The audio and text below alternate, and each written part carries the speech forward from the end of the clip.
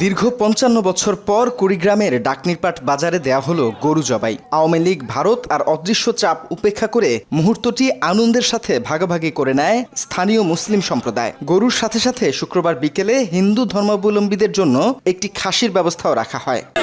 হালাল করেছেন, হারাম ছিল, সবাই মিলে সেই হালালকে আমরা বাস্তবায়ন করতে পেরেছি। ভারতের মধ্যে গরু জব করা যাবে না, ওই রকম এখানে এই দেশে এইরকম প্রচলন আমরা এটা মানি না। আমাদের দেশে প্রত্যেকটা ইঞ্চিতে গরু জবে হবে, প্রত্যেকটা মুসলমান সেই গরু জবে করে গোশত খাবে। এখানে কেউ বাধা দিতে পারবে না। যে তারা বলতেছে যে এর দ্বারা গরু জবে করার দ্বারা সম্প্রীতি নষ্ট হবে, আমরা আশা করি এর দ্বারা সম্প্রীতি নষ্ট হবে না, আরো সম্প্রীতি অটুট হবে। মূলত কোরবানির সময়ও আমরা আমাদের কোরবানির পাশাপাশি আমাদের বাড়ির পাশে যে হিন্দুরা আছে তাদের জন্য খাসি জবাই করে তাদেরকে দিয়ে দেই, তারা খায়। ওই নিয়তের ওই দিক থেকে আমরা মনে করেছি আমরা তাদের সাথে বৈষম্য করতে চাচ্ছি না এবং তাদের সাথে বিরোধিতা করতে চাচ্ছি না। আমরা আমাদের হক আমরা ফিরে পাবো। পাশাপাশি অমুসলিম যারা আছে তারা যেহেতু গরু খায় না, তাদেরকে ভিন্ন হাতিয়ারে ভিন্নভাবে তাদেরকে ভিন্ন স্থানে খাসিটা দিয়ে দেবো, তারা জবাই করে খাবে বা আমরা তাদেরকে জবাই করে দেবো, তারা এটা খাবে।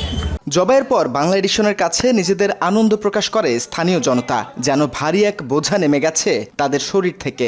আলহামদুলিল্লাহ, অবশেষে ডাকনিরপাট বাজারে এত বাধা বিপত্তি, নানান রাজনৈতিক চাপ, সব বাধা বিপত্তি উপেক্ষা করে আজকে অবশেষে গরু জবাই হচ্ছে। আমাদের মুসলিম ভাইদের মধ্যে দীর্ঘদিনের অপেক্ষা, আজকে বাদ ভাঙা উল্লাস। আজকে গরু জবাই করাতে আমরা মনে করতেছি যে ঈদের চেয়ে মানুষ খুশি হয়েছে। একটি কথা, একটি দাবি মানুষের, যে মুসলিম কাটিতে কেন গরু জবাই করা হবে না। আমরা এই এলাকাবাসী এই গরু জবাই করতে পেরে আমরা আনন্দিত। যা শুনলাম আকাশ থেকে পড়ার মতো। আমাদের বাড়ির পাশেই এমন একটা জায়গা যে ইন্ডিয়া নয় কিন্তু ইন্ডিয়ার মতো, আমাদের কাছে খুবই খারাপ লেগেছে। এখন আমাদের কাছে ভালো লাগতেছে, আজকে গরু জবাই করেছি। এই গরু একটা গরুতে হবে না, পরে আরেকটা গরু জবাই করা হবে, এখন সেটাও সম্ভবত হবে না, আরও একটা লাগবে। আমরা গতানুগতিক বাজারগুলোতে যে গরুর গোষ্ঠীর দাম তার থেকে 100 টাকা কম দিয়ে আমরা বিক্রি করতেছি। জাযাকাল্লাহ এই এলাকার সর্বস্তরের মানুষকে, জাযাকাল্লাহ এই এলাকার সর্বস্তরে হিন্দু মুসলিম সবাই আমাদেরকে সহযোগিতা করছে।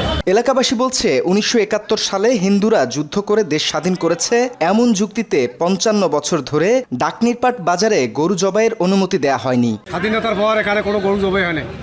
ইনশাল্লাহ এখানে স্বাধীনতার পর আমরা যে কোনো সুস্থে গরু জবাই হয়েছি, ইনশাল্লাহ আমার খুব ভালো লাগছে।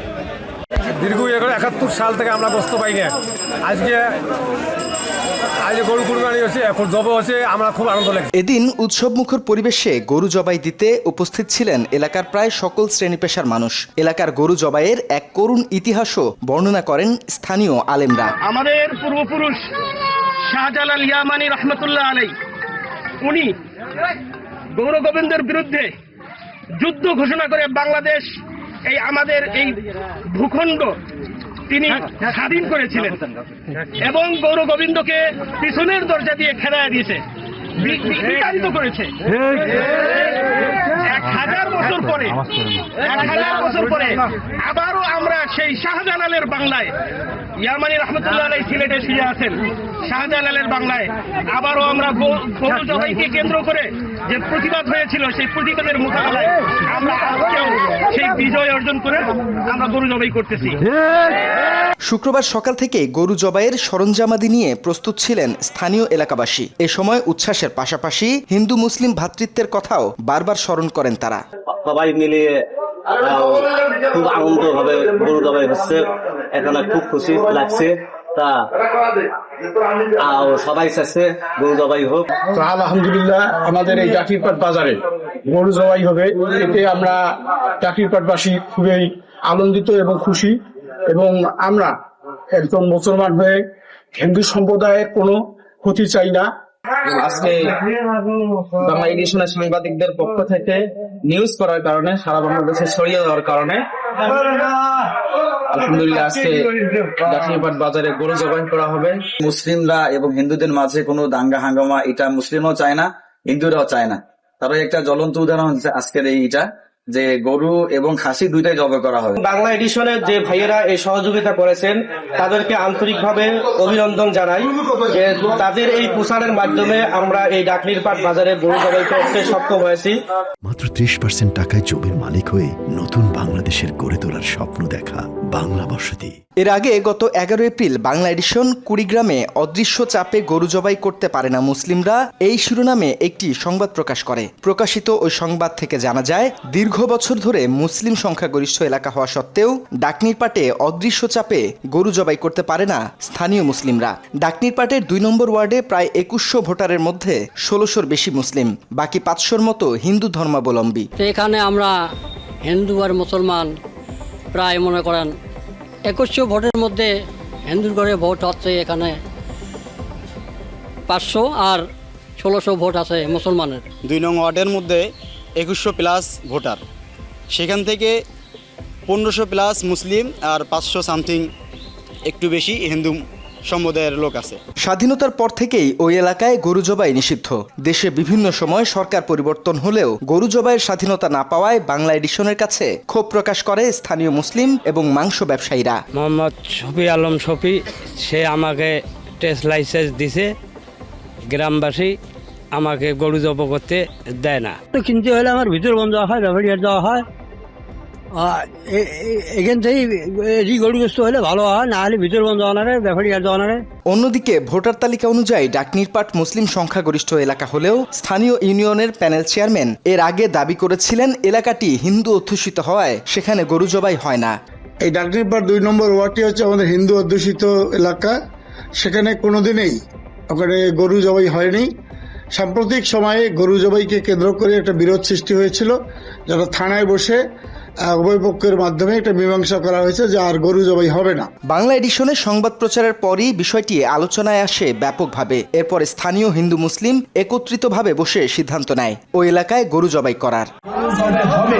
আপনাদের এলাকায় গরু জবে হবে, আপনাদের এলাকায় গরু বিক্রি হবে, আপনাদের এলাকায় এখানে গরু বিক্রি হবে ইনশাআল্লাহ। তবে স্থানীয়ভাবে যেন কোনো দাঙ্গার সৃষ্টি না হয় তা নিয়েও বেশ সহিংসু ছিলেন এলাকার মুসলিম সম্প্রদায়। তাই গরুর পাশাপাশি হিন্দু ধর্মাবলম্বীদের জন্য একটি খাসিও কিনেছিলেন তারা।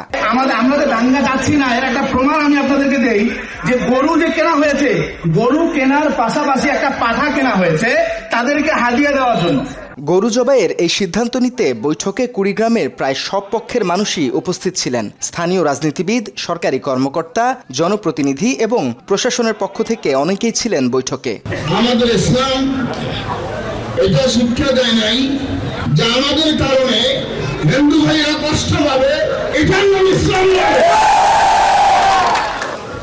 ভাই ভাই নিজেদের মধ্যে সম্পর্ক বজায় রাখতে গিয়ে যদি কারো উস্কানিমূলক কথা শুনে নিজেদের মধ্যে আগুন সরাসরি হয় আর এটাকে যদি কেউ গ্রহণ করে, এটা বুদ্ধিমানের কাজ নয়।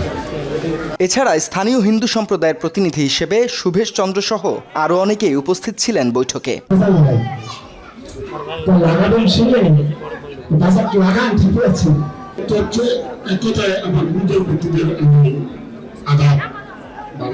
বিষয়টি সবার সামনে তুলে আনায় এলাকাবাসী সে সময় ধন্যবাদ জানায় অনুসন্ধানী সাংবাদিক ও অনলাইন অ্যাক্টিভিস্ট ইলিয়াস হোসাইনকে। এই যে বিষয়টা সামনে আসছে, পুরো বাংলাদেশ জানতে পারছে, এলাকার কয়েকজন ভাই তারা বিষয়টাকে কয়েকটা নিউজ পোর্টালের মধ্যে জানাইছেন। জানানোর পর সবচাইতে বেশি আলোচনায় যিনি নিয়ে আসছেন, যার একটা কথার মাধ্যমে পুরো বাংলাদেশের এই কুড়িগ্রামের এই অঞ্চলের মধ্যে যে গরু জবাই হয় না এটা জানতে পারছেন, তিনি আমাদের ইলিয়াস ভাই। এই প্রশংসা তার মানে প্রাপ্য এটা তার। এই জন্য আমি বাংলা এডিশন যে পত্রিকা নিউজ পোর্টাল আছে ধন্যবাদ জানাই, এবং বাংলা এডিশনের যিনি চেয়ারম্যান ইলিয়াস ভাই তাকেও ধন্যবাদ জানাই। আমরা কুড়িগ্রামবাসী কৃতজ্ঞ বাংলা এডিশনের চেয়ারম্যানের প্রতি এবং বাংলা এডিশনের দর্শকদের প্রতি। আপনাদের শেয়ার, আপনাদের উদ্যোগ আমাদের পুরো কুড়িগ্রাম জেলাকে জাগিয়ে তুলেছে। ওলামা ইকরাম সহ সাধারণ সকল মুসলমান এক হয়েছে। যেই এলাকায় গরু জবাইয়ের নিষিদ্ধ ছিল, অঘোষিত নিষিদ্ধ, সেই এলাকায় এখন ইনশাআল্লাহ গরু জবাই হবে। বাংলা এডিশনে ইলিয়াস ভাইয়ের নিউজে এটা ফ্ল্যাশ হওয়ার কারণে আমরা যে ডাকরিপাট বাজারে গরু জবাই সংক্রান্ত ব্যাপারে যেটা জটিলতা ছিল সেই জটিলতার ব্যাপারটা মিডিয়ার মাধ্যমে ছড়ে পড়ে এবং সেটা নিরসনকল্পে আজ ফয়সালা হলো। স্বাধীনতার পর ডাকনিরপাটে গরু জবাই করতে পেরে উচ্ছ্বসিত এলাকাবাসীর দাবি, তৃতীয় কোনো পক্ষ যেন আর অশান্তি তৈরি করতে না পারে তাদের এলাকায়। ভ্রাতৃত্ব বজায় রাখার পাশাপাশি সবার অধিকার রক্ষার্থেও প্রত্যয়ী তারা। তথ্যচিত্রে রবিউল ইসলাম, বাংলা এডিশন।